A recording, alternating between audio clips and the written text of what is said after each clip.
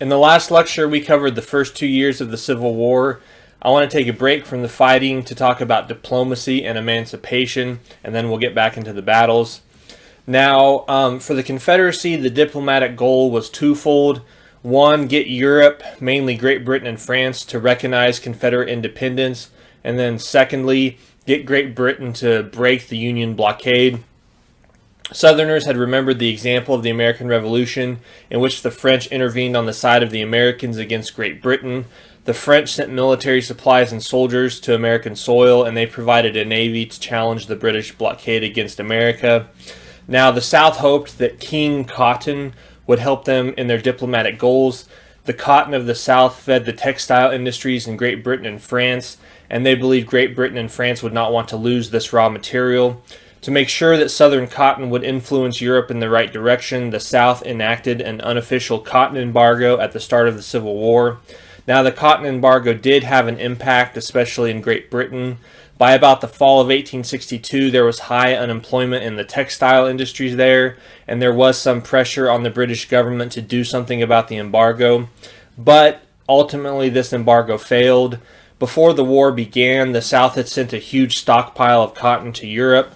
So by this point, Great Britain had a huge stockpile built up of cotton to kind of sustain them through the embargo. And Great Britain also found other sources of cotton from places like Egypt and India. Now, some but not all of the British jobs lost in the textile industry were replaced with new jobs in armament industries that made weapons for both the North and the South. So some of those textile jobs that were lost there's new jobs created that replace them. Now, the North's main diplomatic goal was to keep Europe out of the Civil War and keep them from recognizing the Confederacy. The U.S. and Great Britain did come close to war in the fall of 1861 over something called the Trent Affair. A British vessel named the Trent was stopped by the Union ship San Jacinto. Aboard the Trent were the Confederate diplomats James Mason and John Slidell. They were traveling to Britain and France to lobby for recognition and support. The commander of the San Jacinto, Charles Wilkes, arrested the Confederate diplomats. They were taken to Boston and imprisoned. Captain Wilkes was hailed as a hero in the North.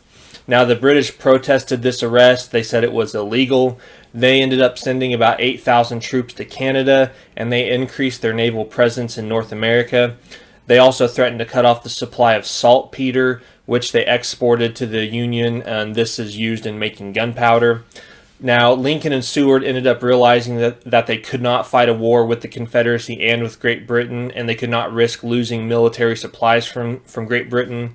Secretary of State Seward admitted the San Jacinto had acted without orders, and Lincoln ordered the two Confederate diplomats released. They then made their way to Europe to lobby for recognition, but they ultimately failed. There were some other areas of contention between the North and Great Britain. Great Britain built blockade runners and commerce raiders for the South. Commerce raiders were usually ships powered by a combination of steam and sail, and they would prey on northern merchant shipping. Great Britain also started to build ironclad rams for the Confederacy at their Laird shipyard. These were known as the Laird rams, and they were ironclad ships that could ram enemy ships. If the Confederates got hold of these, they might be able to wreak havoc on the Union blockade. But the British government, after strong protests from the Union government, confiscated the ironclads, and they never made it to the Confederacy. Ultimately, the Confederacy failed on the diplomatic front for a couple of big reasons.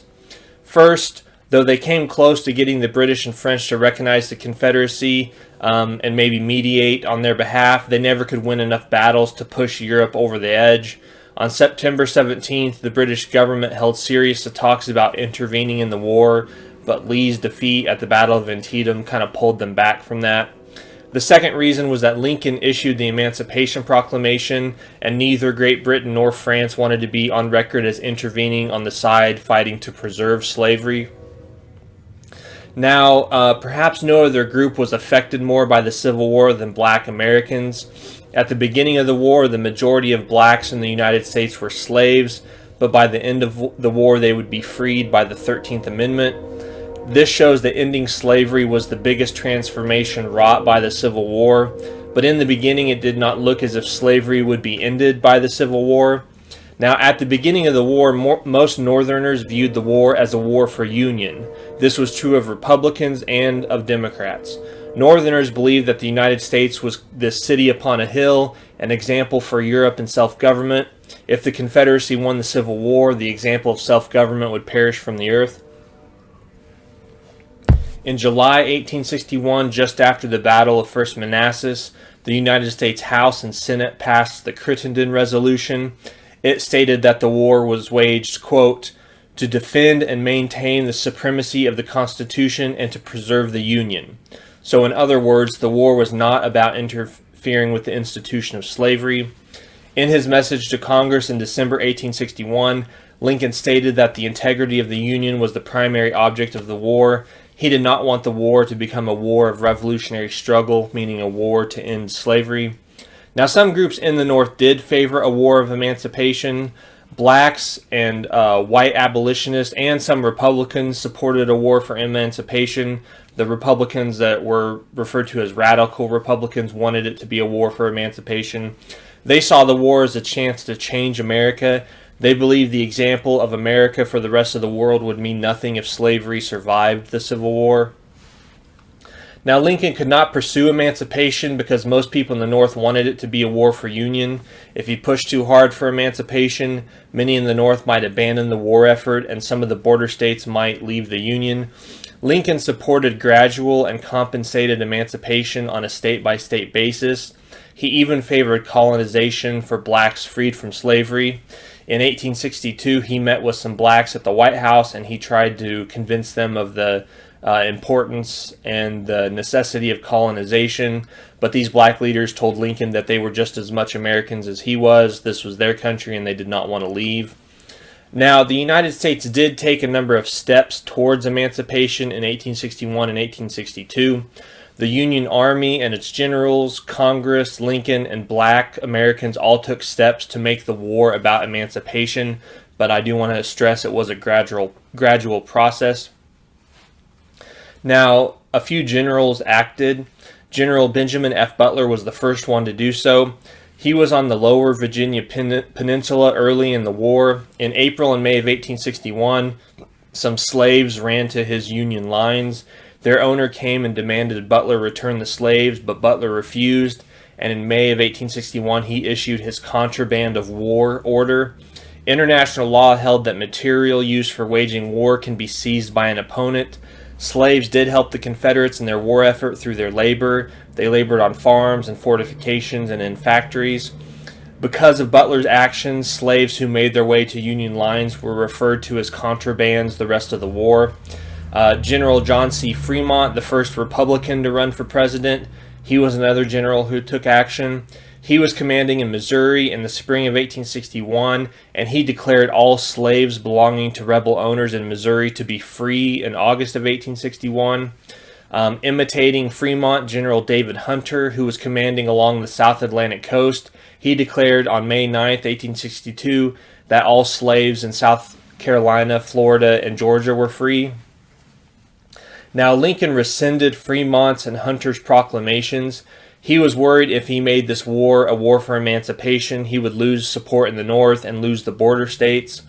He also correctly believed that areas not in rebellion were still under the law, American law, and still under the Constitution, and the Constitution did protect slavery at this point in the war. If Lincoln allowed these proclamations to stand, he would not be carrying out his oath of office to protect the Constitution. Now, Congress also took many steps towards emancipation. They passed the First Confiscation Act in August 1861. This law declared that owners whose slaves were engaged in military service for the Confederacy forfeited their ownership. This freed slaves directly involved in the Confederate war effort. In March 1862, Congress prohibited the military from returning escaped slaves to their masters. Congress ended slavery in the District of Columbia in April 1862. This was ended with compensation to loyal owners. Congress abolished slavery in the territories in the summer of 1862. This is what the Republicans had fought for since they became a political party in 1854. No more slavery in the federal territories. Congress passed the Second Confiscation Act in July of 1862. This declared that slaves belonging to anyone who supported the Confederacy were freed and only enforceable as Union armies, though moved throughout the Confederacy. All of these confiscation laws said nothing about slaves belonging to loyal masters or slavery inside the United States. Now, many blacks also took responsibility for liberating themselves by taking the risk of running away to Union lines. As Union armies moved throughout the Confederacy, more slaves ran to their lines. Some historians argue that blacks were mainly responsible for liberating themselves, while other historians argue that the Union Army was more responsible for liberating the slaves. The truth is that if the Union Army hadn't marched through the South, there would have been no lines of freedom for slaves to escape to. On the other hand, if the slaves in the South had stayed put while Union armies marched nearby, they wouldn't have been freed until after the war was over and the 13th Amendment went into effect. But finally, in the fall of 1862, Lincoln's preliminary Emancipation Proclamation made the war a war for slavery, in addition to a war for the Union. Now, it's ironic because if McClellan had been successful in his Peninsula campaign and captured Richmond in the summer of 1862, the Union would have been restored as it was, meaning with slavery. But Lee, by defeating McClellan outside Richmond, actually ensured the end of slavery by prolonging the war. Now, Lincoln had tried for a time to get the border states to come up with their own plan for emancipation. He had even asked Congress to compensate them for freeing their slaves.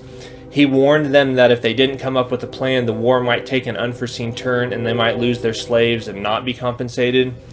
In July of 1862, Lincoln announced to his cabinet that he was going to issue an Emancipation Proclamation. He waited until after the Battle of Antietam, however, to do so. He wanted to issue it from a position of strength, and the Battle of Antietam allowed him to do that. So on September 22nd, 1862, he issued the preliminary Emancipation Proclamation. It stated that all slaves held within states still in rebellion as of January 1st, 1863, were free. Now, the actual Emancipation Proclamation came on January 1st, 1863. It freed all the slaves in the parts of the Confederacy not yet conquered by Union armies. It excluded parts of the Confederacy already conquered by Union armies, meaning parts of Virginia, Louisiana, and Tennessee. So basically, it did not free a single slave, even though it proclaimed their freedom. It made no distinction between loyal and rebel masters in the Confederacy, so it went farther than any of the confiscation acts. It also declared that freed slaves would, quote, be received into the armed forces of the United States to garrison forts, positions, stations, and other places, and to man vessels of all sorts in said service. This dealt a double blow to the Confederacy, for every black man that fled slavery and joined the Union Army was both denying his labor to the Confederacy and putting another musket in the Union armies. Lincoln justified his Emancipation Proclamation as a wartime measure. Many border state citizens and Democrats would have opposed it even more than they did so if he had said it was because he wanted this war to be a crusade for liberty. And regardless of how shallow the Emancipation Proclamation seemed to some, it did mean that freedom was now a Union war aim alongside restoring the Union, and it meant that wherever the Union armies went, they would bring freedom with them. Now, there were different reactions to the Emancipation Proclamation. In the North, Republicans supported it, while Democrats tended to oppose it. Southerners thought it was one of the worst proclamations in history. They saw it as an attempt by Lincoln to create a slave insurrection in the South, a sort of John Brown's raid on steroids. Many people criticized Lincoln as a hypocrite, primarily Northern abolitionists and Europeans, but they didn't have to deal with the same constraints that Lincoln did, the constitutional constraints. Now, the Emancipation Proclamation did cause Europe to back away from recognizing the Confederacy or intervening on their behalf. Now, the last step towards emancipation was the 13th Amendment. The Senate approved the 13th Amendment in April of 1864, and then in January 1865, the House of Representatives passed the 13th Amendment. There was a crowd of people inside the House of Representatives. The galleries were packed. When the amendment passed, there was lots of applause. People were crying. Blacks and whites were both in the galleries. After the vote, Congress adjourned. And then in December 1865, the 13th Amendment was ratified by the required number of states, and this is the official end of slavery in the Union, so just after the war ended. Okay, so let's go back to the fighting. After McClellan and Buell's failure to follow their respective Confederate enemies and crush their armies in the fall of 1862, Lincoln decided to look for men who might lead his armies. In the West, Lincoln replaced Buell with William S. Rosecrans. In the East, he replaced McClellan with General Ambrose E. Burnside. Both of these men did something unusual in 19th century warfare. They went on the offense in the winter, and this winter offensive would take place in 1862 and 1863. Rosecrans ended up moving against Bragg, who was just south of Nashville, and the result was the Battle of Murfreesboro or Stones River. This took place on December 31st to January 2nd. More than 30,000 men were engaged on each side, and you had about 24,000 total casualties. The result of the battle is that Bragg retreated farther into southeastern Tennessee, but Rosecrans did not follow him up for a while. When Rosecrans finally did move against Bragg, the result was the Tullahoma campaign of June and July 1863. In that campaign, Rosecrans, through brilliant maneuvers and not through fighting, moved his army in such a way that forced Bragg to retreat towards Chattanooga, Tennessee. And then on September 9th, Union forces entered Chattanooga and Bragg was pushed into northern Georgia. So Rosecrans has by this point succeeded in moving the Confederates out of Tennessee. The winter in the East saw Robert E. Lee give the Union two of its greatest defeats of the war. The first battle was the Battle of Fredericksburg, fought at the town of Fredericksburg on December 13, 1862. General Burnside had raced south after the Battle of Antietam, hoping to get between Lee's army and Richmond. This would hopefully force Lee to attack in order to save the Confederate capital. Now, Burnside beat Lee south to the crossing at Fredericksburg on the Rappahannock River, but then he had to wait while pontoon boats were delivered so he could cross the river. This delay gave Lee enough time to race south and then set up a formidable defense across the river. Now, at this point, Burnside should have formed a new plan, but he decided to attack Lee with frontal assaults across the river. Nearly 130,000 Union soldiers were on the battlefield against 75,000 Confederate soldiers, and the casualties were very one-sided. The Union suffered about 12,500 casualties, while the Confederate casualties were only 5,000.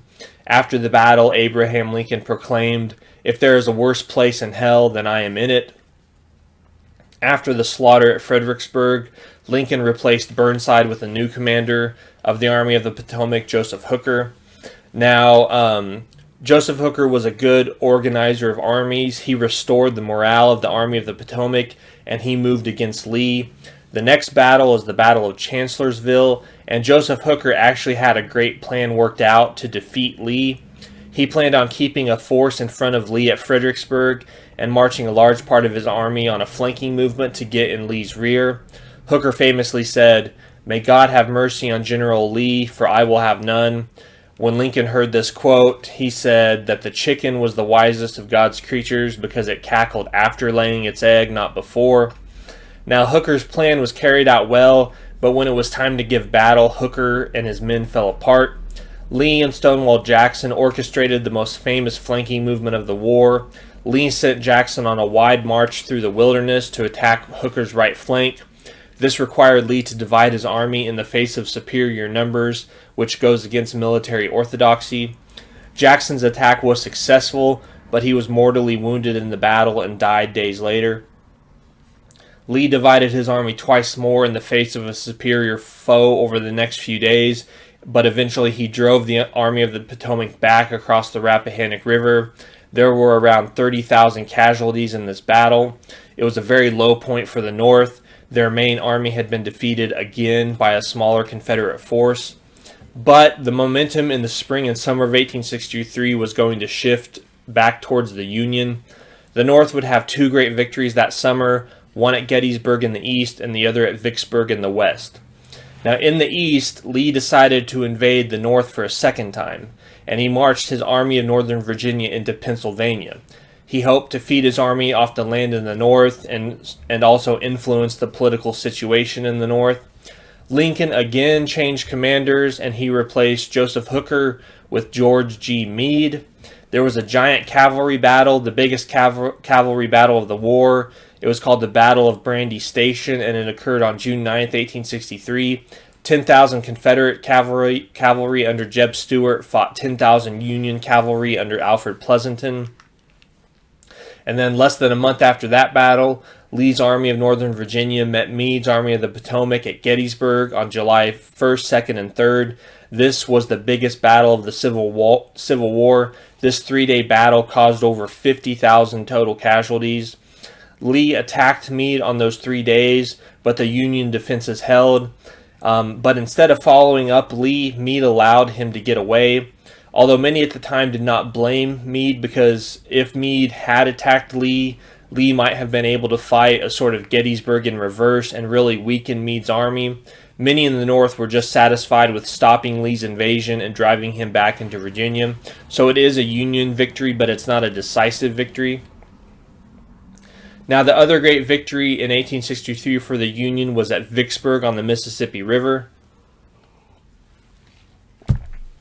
From December 1862 to March 1863, Grant campaigned against Vicksburg, which was the largest and one of the last great Confederate strongholds on the Mississippi River. Grant, along with Sherman, made 4 different attempts to conquer Vicksburg from December to March, but they all failed. What Grant ended up doing was changing tactics. In the next phase of his campaign against Vicksburg, from May to July 1863, Grant was successful. He sent his army down the Mississippi River, past Vicksburg, then he marched overland towards Jackson.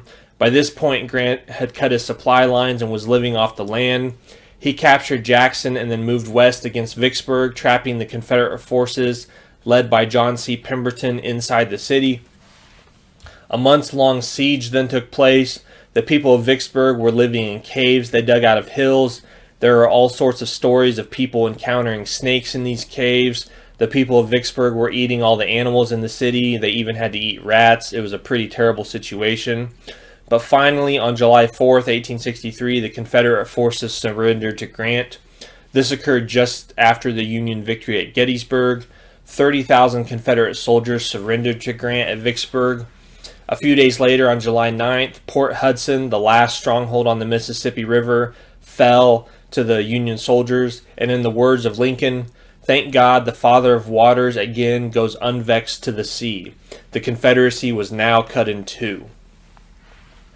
Now, back to the Tennessee theater. After the Union Army entered Chattanooga, there was a massive Confederate counterattack at the Battle of Chickamauga, and this happened on September 18th through 20th, 1863.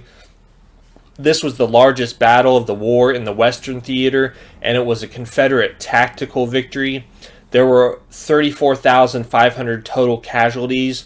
Rosecrans and the Union forces were forced to retreat back into Chattanooga. The Confederates followed them and laid siege to Chattanooga from September to November 1863. They occupied the high ground around the city. Now, in October 1863, Grant, because of all his success, is named overall commander of the Union armies in the West. He travels to Chattanooga. He removes Rosecrans, and in late November 1863, he wins a series of victories at Chattanooga, and the Confederates were finally driven out of Tennessee for good. Grant was now the leading general for the North, and as a result of his victories out west, he is called to come east and fight Lee, and this will take place in the spring of 1864. Now, many historians see 1863 as the turning point of the war because of the great victories at Gettysburg and Vicksburg, but nobody at the time knew that this was going to be a turning point in the war. Nobody knew how long the war was going to last. So in the spring of 1864, Grant is promoted to lieutenant general. That was a rank last held by George Washington. Congress specifically gave him the rank to kind of show him how important of a situation this was. Lincoln brings Grant east to be in charge of all the United States armies. Now, Grant creates a plan that would put pressure on the Confederacy at multiple points simultaneously. Union attacks all across the board would force the Confederates to be stretched too thin, which would allow a Union breakthrough at some point. To do this, he planned 5 main points of attack across the board that would target Louisiana, Alabama, Georgia, and Virginia. Grant also wanted to pursue something called a strategy of exhaustion. This means that the Union armies would aim to destroy the industrial, transportation, food production, and distribution capacity of the Confederacy. Union armies would tear up railroads, destroy locomotives, kill livestock, and burn crops. A strategy of exhaustion is basically waging war on your enemy's ability to wage war. Now, 3 of Grant's attacks across the board did not materialize. Nathaniel P. Banks was supposed to attack Mobile and then the interior of Georgia, but he failed. Benjamin Butler was supposed to attack Richmond, and Franz Sigel was supposed to attack in the Shenandoah Valley, but they both failed.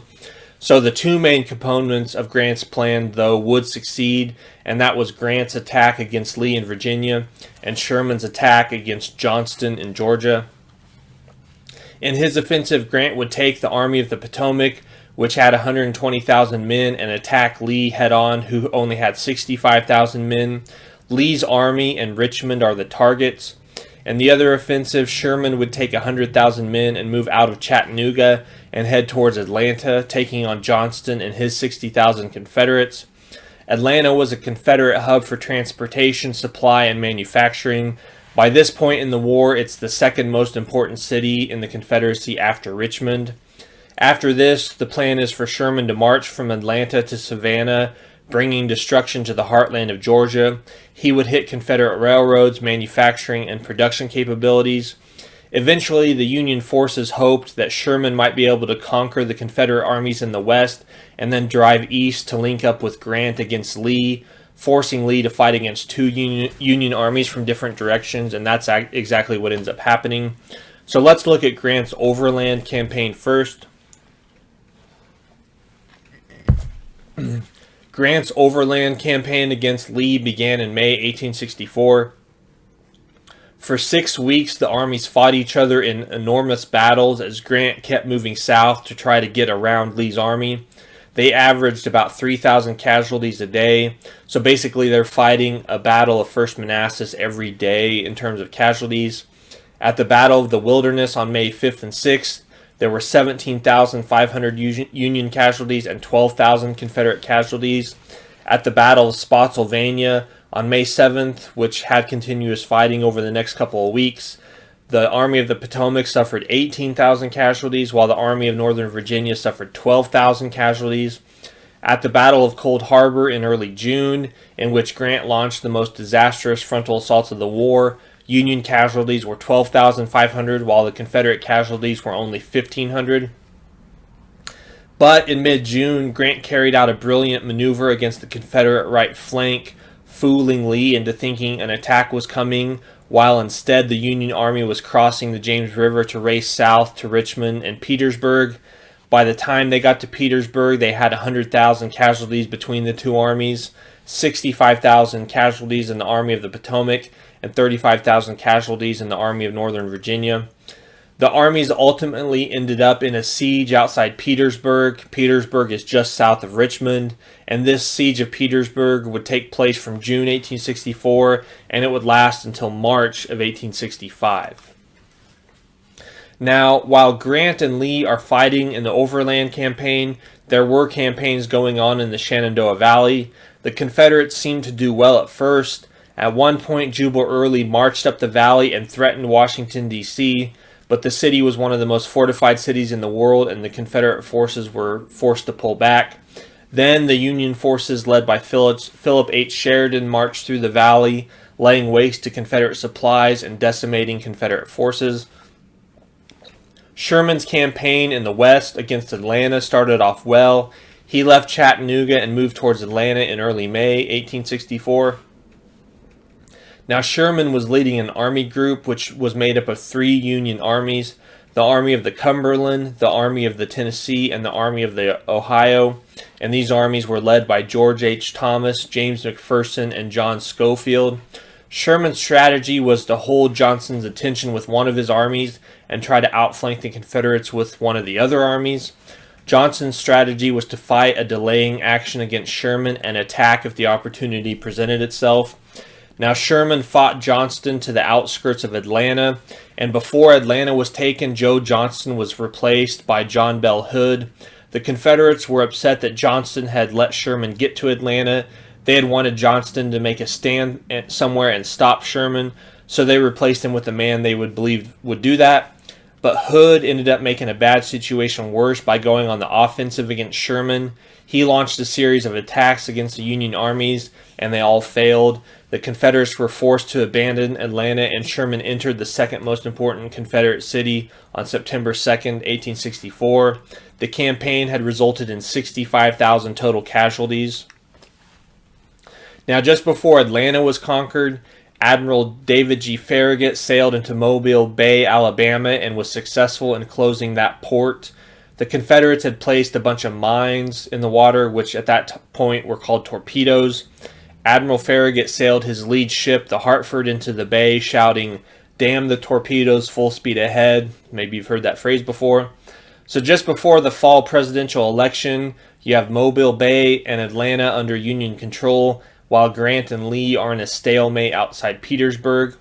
In the election of 1864, Lincoln ran against his former general, George B. McClellan. McClellan was the Democrat nominee. Abraham Lincoln and Democrat Andrew Johnson ran on the Union ticket, so Lincoln gets a Democrat to be his vice presidential nominee or candidate. Lincoln was a Republican, and Johnson, like I said, is a Democrat.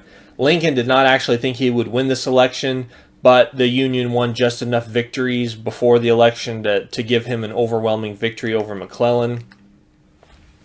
Now, in November 1864, Sherman left Atlanta and moved throughout Georgia. This was called Sherman's March to the Sea. Grant had told Sherman to clear out the country of things useful to the Confederacy, and Sherman responded by saying, "I can make Georgia howl." He moved in a 60-mile wide swath and left a path of destruction throughout Georgia.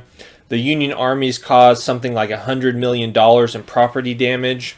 One Union soldier described the march to the sea this way: "We had a gay old campaign.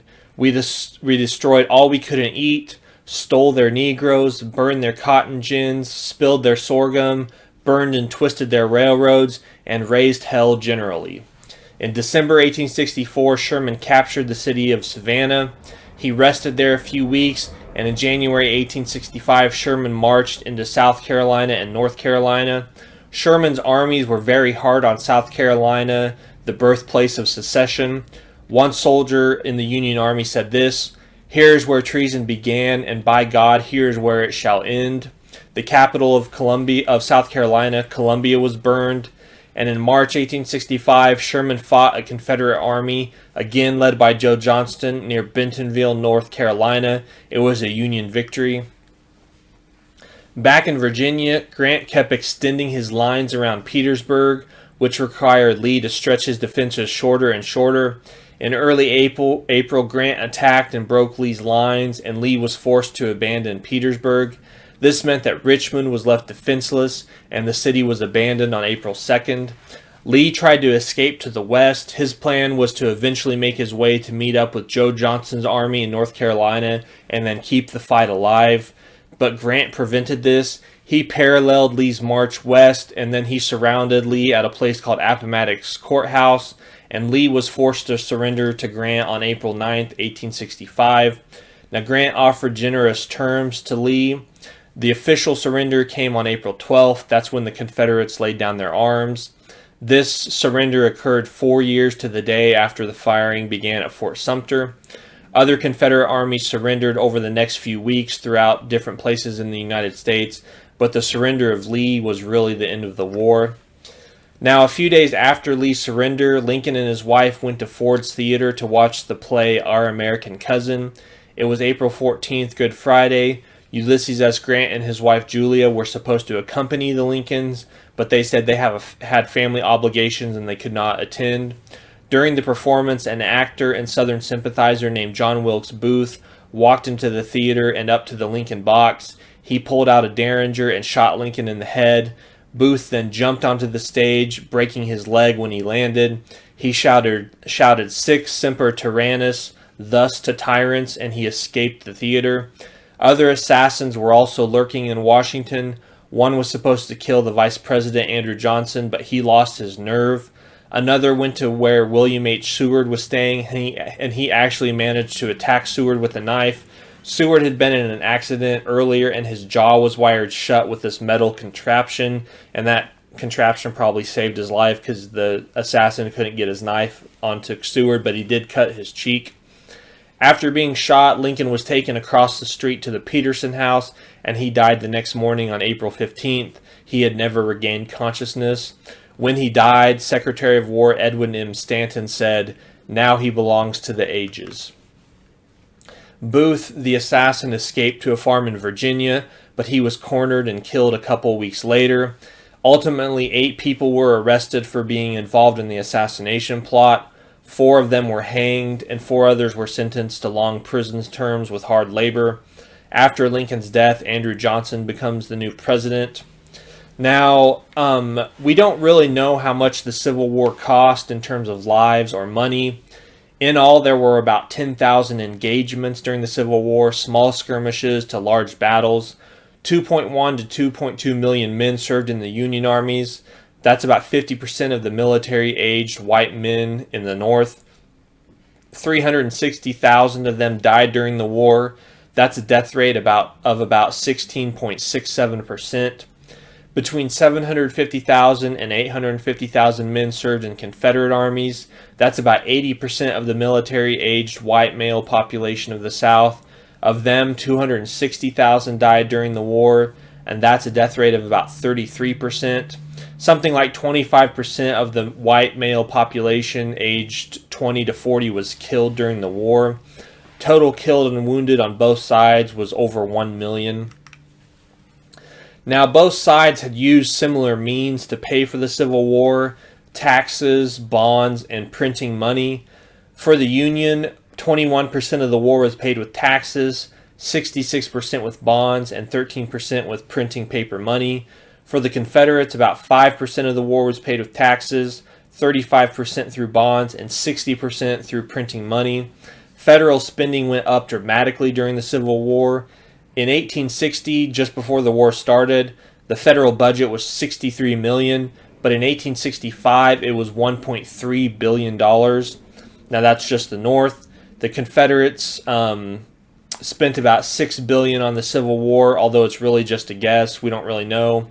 By 1879, the cost of the Civil War was $6.1 billion for the United States. This included things like pensions to Civil War veterans and their families. Now, the North may have spent a lot in terms of lives and treasure, but Northern society was not devastated materially by the war, nor was its way of life upended, but the same cannot be said of the South. The war cost the Southern people even more because the war was fought on their soil. The Southern people are the only people in American history to face total war. Something like 67% of the entire calculated wealth of the South was destroyed. 50% of the farm machinery in the Confederacy was destroyed. 40% of the livestock in the Confederacy was killed. The South's railroads were in shambles after the war.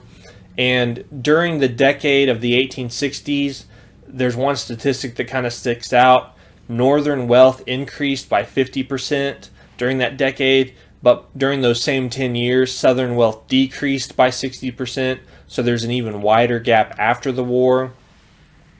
Now, the Civil War is considered the biggest event in American history, and it was the central experience in the lives of the Americans who lived through it. Many Americans and historians have asked, what did the Civil War settle? Well, first of all, it settled the question of the permanence of the Union and the question of secession.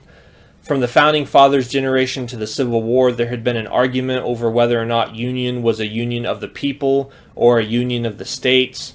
Could a state have the right to secede if it felt the Union wasn't protecting its interests?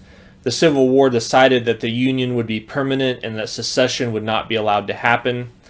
And also the Civil War finally settled the issue of slavery. The 13th Amendment was ratified in December 1865, and it freed 4 million slaves. 3.5 million slaves in the South were freed, and then 500,000 slaves in the border states were freed. Now, the Civil War did not resolve how black Americans would be treated in society or how the former states of the Confederacy would be brought back into the Union. Those questions would have to be resolved in the era known as Reconstruction, and that's the period we're going to look at next.